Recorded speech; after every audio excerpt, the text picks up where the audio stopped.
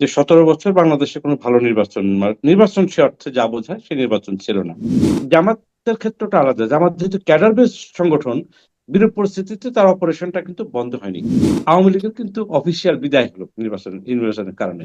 এমন একটা পরিবেশ তৈরি হয়েছে যে পরিবেশে মানুষ নির্বিঘ্নে নির্ভয়ে বের হয়েছে, যে পরিবেশে রাজনৈতিক দলগুলো প্রতিদ্বন্দ্বিতা করেছে কিন্তু শত্রু ভাবাপন্ন আচরণ কেউ করেনি পরস্পরের সাথে। ভোট ব্যাপারটি যে উৎসব, পৃথিবী নতুন করে দেখলো যে ভোট এরকম একটা উৎসবমুখর ব্যাপার হতে পারে। সংসদীয় নির্বাচন ব্যবস্থায় কোন দল আসলে হারে না।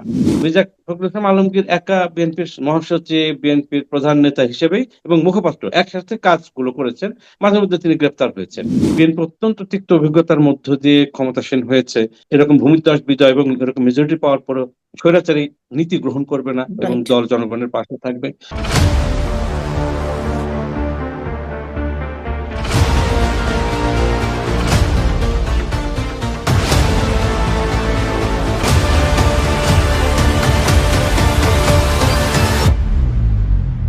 নির্বাচন তো শেষ হলো। আহ বিশাল ধস বিজয় হলো, ল্যান্ডস্লাইড বিজয় বিএনপির হলো। তো সার্বিকভাবে এই ত্রয়োদশ নির্বাচনকে আপনি কিভাবে মূল্যায়ন করছেন, বা কেমন হলো নির্বাচন? অনেকদিন পরে বাংলাদেশে আমরা একটা অতিশয় চমৎকার নির্বাচন দেখলাম। যে নির্বাচনের প্রধান বৈশিষ্ট্য ছিল শুধু শান্তিপূর্ণ না, একটি উৎসবমুখর নির্বাচন অনুষ্ঠিত হয়েছে। এই নির্বাচনের বিশেষত্ব ছিল যে ১৭ বছর বাংলাদেশে কোনো ভালো নির্বাচন সে অর্থে যা বোঝায় সে নির্বাচন ছিল না। সেজন্যই এই নির্বাচন একটি বিশেষত্ব বহন করে। মানুষের অধিকার প্রতিষ্ঠার জন্য এটা খুব ইম্পর্টেন্ট ব্যাপার ছিল এবং মানুষ এই যে অধিকার ফিরে পেয়েছে সেই বিষয়টি মানুষ এনজয় করেছে। এবং ভোট দিতে গিয়ে মানুষ কাকে ভোট দেবো, কি ভোট দেবো এই টেনশনটা কারোর মধ্যে আমি খুব একটা দেখিনি। বরং ছিল যে যে ভোট দিচ্ছি, এটা একটা অভূতপূর্ব ঘটনা আমার কাছে মনে হচ্ছে। এই নির্বাচনকে আমি তারপরও তুলনা করতে পারি ১৯৯১ সালের নির্বাচনের সাথে। কারণ ১৯৯১ সালের নির্বাচন আপনার জানা আছে যে সেই নির্বাচনটি অনুষ্ঠিত হয়েছিল একটি স্বৈরাচারী সরকারের পতনের পরে একটি অন্তর্বর্তী সরকারের অধীনে সেই নির্বাচন হয়েছিল। এবারও তাই। আহ জুলাই ২০২৪-এর যে গণঅভ্যুত্থান বা বিপ্লব, তারপরে স্বৈরাচারী শেখ হাসিনা সরকারের পতনের পর ডক্টর মোহাম্মদ ইউনূসের নেতৃত্বাধীন অন্তর্বর্তী সরকারের অধীনে এই নির্বাচনটি অনুষ্ঠিত হলো।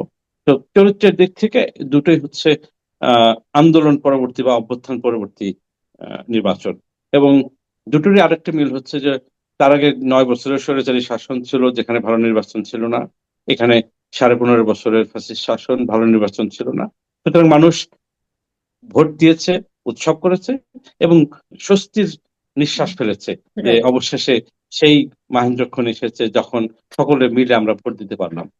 এছাড়া আরেকটা যে বিষয় আপনার কি মনে হচ্ছে যে আইন শৃঙ্খলা পরিস্থিতিটা বেশ ভালো ছিল, এবং নির্বাচন পরবর্তী সহিংসতাও ততটা হয়নি, বা এই পর্যন্ত আমরা কিন্তু কোনো মৃত্যুর খবর পাইনি, আলহামদুলিল্লাহ। আপনার কি মনে হয়? এটা তো খুব ইন্টারেস্টিং জিনিস যে এটা অনেক বছরের মধ্যে আমার জানা নেই আগে কবে সহিংসতাবিহীন নির্বাচন হয়েছে। তো এটা সেই দিক থেকে খুবই অভিনব। কিন্তু আইন শৃঙ্খলা পরিস্থিতি ভালো ছিল, সেটা আইন শৃঙ্খলা পরিস্থিতি এবং সরকার ধন্যবাদ প্রাপ্য, কোনো সন্দেহ নাই। কিন্তু এই যে শান্তিপূর্ণ পরিবেশটা রইলো, আইন শৃঙ্খলা পরিস্থিতি ভালো রইলো, এই কৃতিত্ব কিন্তু সকলের।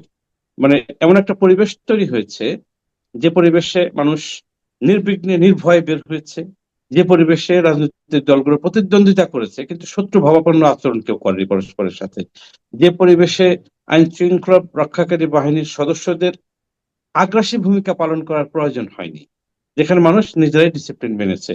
সুতরাং এটা সামগ্রিক সব গোষ্ঠীর কৃতিত্ব এবং জাতি হিসেবে আমরা একটা ম্যাচুরিটি শো করেছি যে আমরা খুবই শান্তিপূর্ণভাবে নির্বাচন অংশগ্রহণ করতে পারি।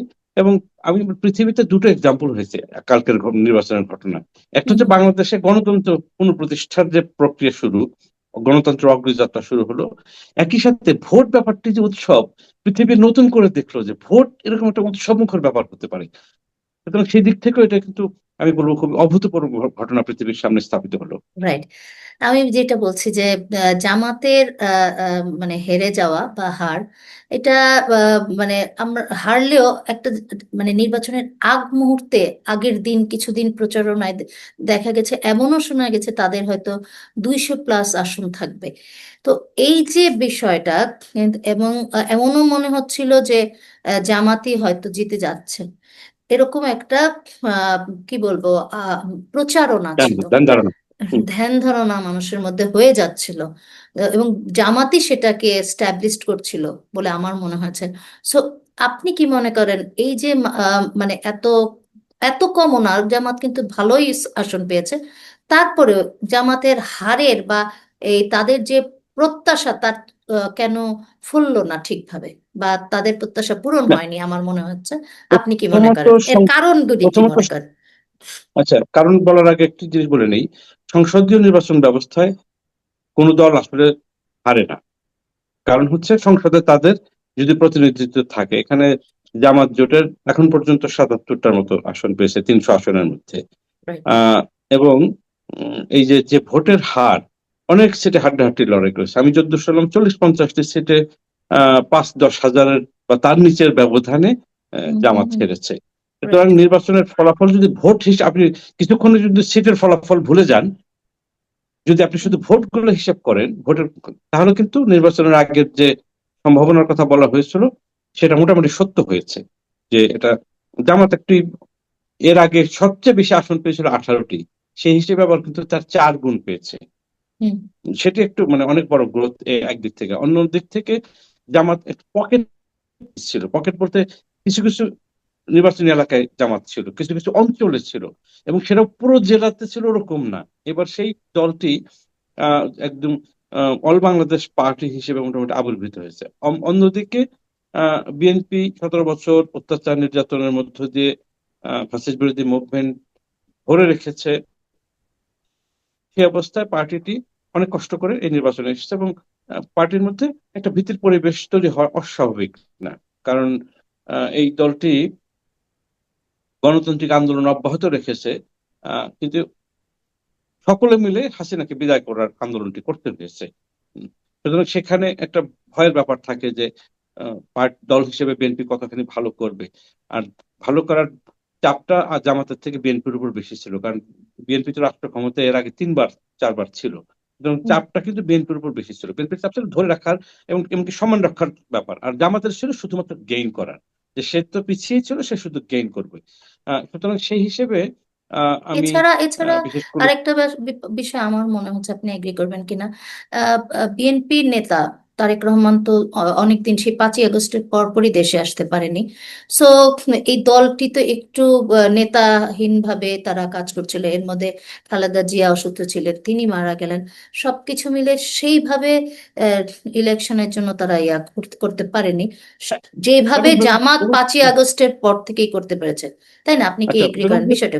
হ্যাঁ হ্যাঁ, কারণ বেগম জিয়া খালেদা যেহেতু জেলে ছিলেন, সুতরাং বিএনপি একজন সেক্রেটারি জেনারেল মির্জা ফখরুল ইসলাম আলমগীরের নেতৃত্বে, মির্জা ফখরুল ইসলাম আলমগীর একা বিএনপির মহাসচিব, বিএনপির প্রধান নেতা হিসেবেই এবং মুখপাত্র একসাথে কাজগুলো করেছেন। মাঝে মধ্যে তিনি গ্রেপ্তার হয়েছেন। হুম, হুম, সুতরাং একটা বিরূপ পরিবেশে বিএনপি দলটি ধরে রাখতে পেরেছিল, গণতান্ত্রিক আন্দোলনটা জারি রাখতে পেরেছিল, সেটা একটা বড় কৃতিত্ব ছিল বিএনপির। হুম, কিন্তু জামাতের ক্ষেত্রটা আলাদা। জামাত যেহেতু ক্যাডার বেস সংগঠন, বিরূপ পরিস্থিতিতে তার অপারেশনটা কিন্তু বন্ধ হয়নি, এবং হুম। ছাত্র সংগঠন থাকায় সংসদীয় ছাত্র সংসদ নির্বাচনগুলোতে জামাত ভালো এক করেছে। ধরনের প্রমাণ রেখেছে যে তার এক্সিস্টেন্স কোথায় কোথায় আছে। সেই হিসেবে বিএনপির ওই সংখ্যা থাকাটা অস্বাভাবিক না। কিন্তু যদি কারণ, যেটা আপনি জিজ্ঞেস করেছেন, যে এই ফলাফলের কারণটা কোথায় নিহিত, একটা হচ্ছে যে আহ, জামাত যেহেতু একটু রক্ষণশীল আহ, ইসলামিক মূল্যবোধের ধারা রাজনীতি করে, তো সেই বিষয়ে অনেক মানুষের আহ, দ্বিমত থাকে, এবং কারো কারো ভয় থাকে এই ভীতিও কাজ মূল্যবোধের করেছে ব্যাপারে। বিশেষ করে নারীদের সে ক্ষেত্রে। কাজ করে। হ্যাঁ। হুম, আবার বিএনপির ক্ষেত্রে যেটা হয়েছে যে বিএনপির একটা বড় গোষ্ঠী, ধরেন বিএনপির মূল বেস যেটা ভোটের 80-90 দশকের যারা তরুণ ছিল, এটা অন্যতম বেস বিএনপির। সেই বেসটা এই নির্বাচনে ব্যাপকভাবে কাজ করেছে। তারা প্রয়োজনে যার যার এলাকায় গিয়ে ভোটারদেরকে মোটিভেট করেছে, তার আত্মীয় স্বজনকে মোটিভেট করে ভোট কেন্দ্রে এনেছে। সুতরাং বিএনপির বেসটা খুব ভালো করে কাজ করেছে। আর যারা যারা জামাতের সাথে ভিন্ন মত পোষণ করেছে তারাও বিএনপির দিকেই একমত হয়েছে। সুতরাং এখানে বিএনপির ভোটটা বেড়ে গেছে। তারপরে ইন্টারেস্টিং বাস্তবতা দেখলাম যে সারা দেশে জামাত মোটামুটি অনেক জায়গায়, একদম ঢাকা শহরে বেশ কিছু সিট পেয়েছে, এবং যে সমস্ত সিটে হেরেছে এই 2,500, 3,000, 4,000, 5,000 এইসব নাম্বারে হেরেছে। তার মানে রাজধানী শহর, যেখানে ঢাকা শহর এবং জেলা মিলে 20টা সিট আছে, সেখানে কিন্তু জামাত মোটামুটি যথেষ্ট পাল্লা দিয়েছে। সুতরাং একটা আমি বলবো যে যেভাবে দেখেন না কেন, এই দুটি দল তো একসাথে সাফার করেছে, একসাথে আন্দোলন করেছে। এই দুটি দল কিন্তু মানে ওই যেটা ইংরেজিতে বলে ব্লাড ব্রাদার্স, রক্তের ভাই, রক্তের ভাইয়ের মতো আসলে কাজ করেছে কার্যত। আচ্ছা। ফলে নির্বাচন উপলক্ষে যতই উত্তেজনা থাকুক, তারা কিন্তু একদিকে ফ্যাসিস্ট বিরোধী যে কাতারটা ছিল সেখানে তারা একদিকে, উভয় সাফারার ছিল। এবং সো এজন্য একসাথে কাজ করবে আমরা প্রত্যাশা করতে পারি, রাইট? আশা করি। হ্যাঁ। হ্যাঁ, এবং এই নির্বাচন আরেকটা ইন্টারেস্টিং দিক হলো যে, এটা না বলে পারছি না আমি, সেটা হলো যে আওয়ামী লীগের কিন্তু অফিসিয়াল বিদায় হলো নির্বাচনের কারণে। কারণ আচ্ছা। ভোটাররা কিন্তু বসে থাকে না, মেরুকরণ হয়ে যায়। বিএনপির ভূমিধস বিজয়, জামাতের উত্থান, এই দুটি ঘটনা যদি পারস্পরিক ভাবে দেখেন, এখানে বৈধভাবে, আইনগতভাবে কিংবা রাজনৈতিক ভাবে আওয়ামী লীগের জন্য কিন্তু বিশেষ কোনো পরিসর রইল না। হ্যাঁ, এই যে ভূমিধস বিজয় বলছিলেন আপনি, এবং 2/3 মেজরিটি নিয়ে বিএনপি সরকার গঠন করতে যাচ্ছে, সে এই ক্ষেত্রে আপনি কি মনে করেন যে গণতন্ত্র, বা তারা তো চাইলে সংবিধান নিজেরাই মানে সংশোধন করতে পারেন, তারা চাইলে জুলাই জুলাই যে সনদে তারা ইয়া করেছে সেটা নাও মানে বাস্তবায়ন করতে চাইতে পারে, জানি না কি করবে, যদিও বিএনপি নেতা তারেক রহমান বলেছেন জুলাই জুলাই সনদ বাস্তবায়ন করবে।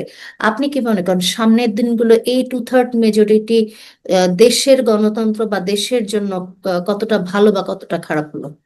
যেহেতু ব্যাপক ভোটে জুলাই সনদে হাবুট হাবুট পড়েছে, রাইট। এটা একটা একটা জনগণের একটা বৈধতার ইস্যু আসলো, যে এটা একটা বৈধ দলিল, যেটা একটা ম্যান্ডেট, মানুষের ম্যান্ডেট, ফলে রাজনৈতিক দলগুলোর উপর চাপ থাকবে, এটা বাস্তবায়নের নৈতিক চাপও থাকবে, আইনগত চাপ থাকবে।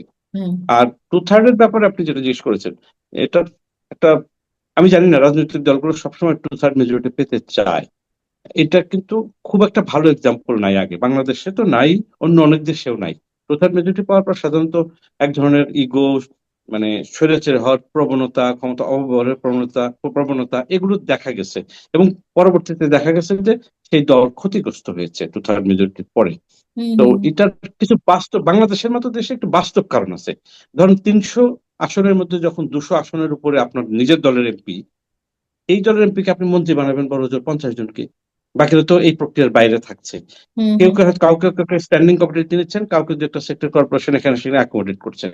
কিন্তু মনে করেন 150 উপরে বা 150 মতো এমপি যখন বাইরে থাকছে, এই ক্ষমতার বাইরে থাকছে, তো তাদের তো একটা ক্ষমতার ব্যাপারে আগ্রহ কাজ করে, এবং তখন তার বিশাল কর্মী বাহিনী থাকে, তাদের চামচা থাকে, আত্মীয় স্বজন, বন্ধু বান্ধব, পরিবার, সমস্ত মানুষের প্রত্যাশার চাপ তাদের উপর থাকে।